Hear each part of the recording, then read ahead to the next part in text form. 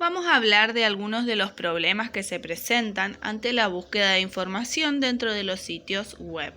Estos sitios tienen características muy específicas, como por ejemplo, sus formatos no están estandarizados, es decir, cada sitio responde a una propia lógica de organización que el lector tiene que investigar, como por ejemplo la presencia de secciones, menús laterales, etiquetas, archivos, entre otros. Después, otra de las características, su acreditación es poco evidente o inexistente. ¿Qué quiere decir esto? Que en muchos casos no se presenta información suficiente acerca de los autores, personas, grupos o instituciones, y esto dificulta la detección de la confiabilidad del material a veces. Después, otra característica, contienen textos complejos, híbridos, multimodales e hiperconectados. ¿Qué quiere decir esto? Que en un mismo sitio encontramos diversidad de géneros, de noticias, publicidades, juegos, en donde se combinan el lenguaje escrito, el lenguaje oral, los efectos de sonido, la música o imágenes, tanto fijas como en movimiento.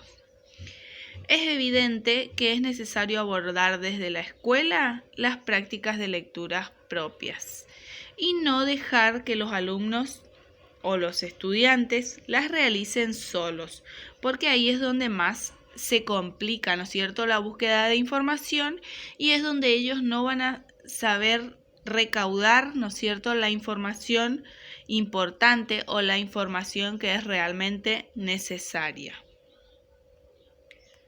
Después vamos a hablar un poco de las lecturas exploratorias.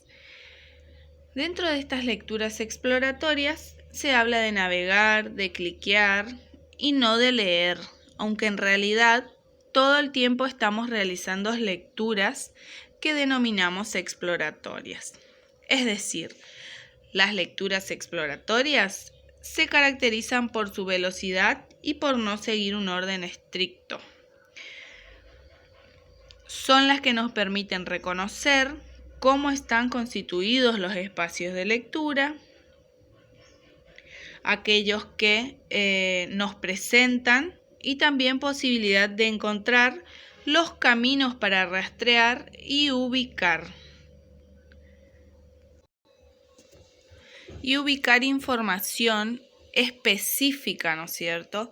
Las lecturas exploratorias cumplen claramente dos propósitos, el de reconocer y el de localizar. Es decir, las lecturas de reconocimiento son las que realizamos para tener una primera aproximación a la organización de un material.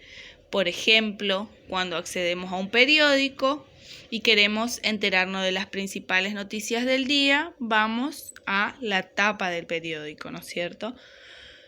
También cuando hojeamos un libro en una librería antes de comprarlo, cuando investigamos un celular o una aplicación nueva. Estas primeras exploraciones nos permiten obtener primeras ideas acerca del contenido y organización de los materiales. Después podemos observar las lecturas de localización. Son las que realizamos cuando buscamos obtener datos precisos. Es decir, efectuamos un rastreo tratando de detectar indicios, pistas halladas, hasta alcanzar lo que necesitamos. Nos vamos guiando por esas pistas, palabras claves, ¿no es cierto? Entonces sabemos que ahí está el tema que necesitamos recaudar información de ese tema.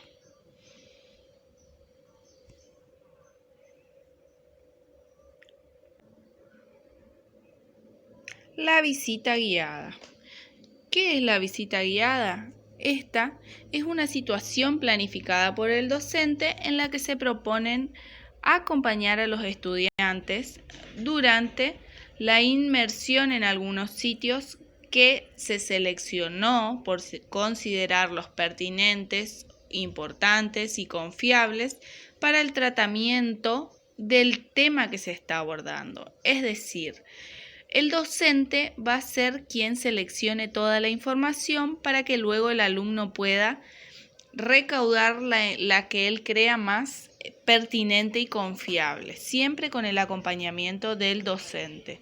La propuesta es que en el intercambio docente y estudiante puedan ir desentrañando el tejido multimedial, ya que, como hemos señalado, los textos que hallamos en la web contienen una gran cantidad de marcas que requieren ser interpretados y a veces el alumno no logra interpretar esos textos, ¿no es cierto?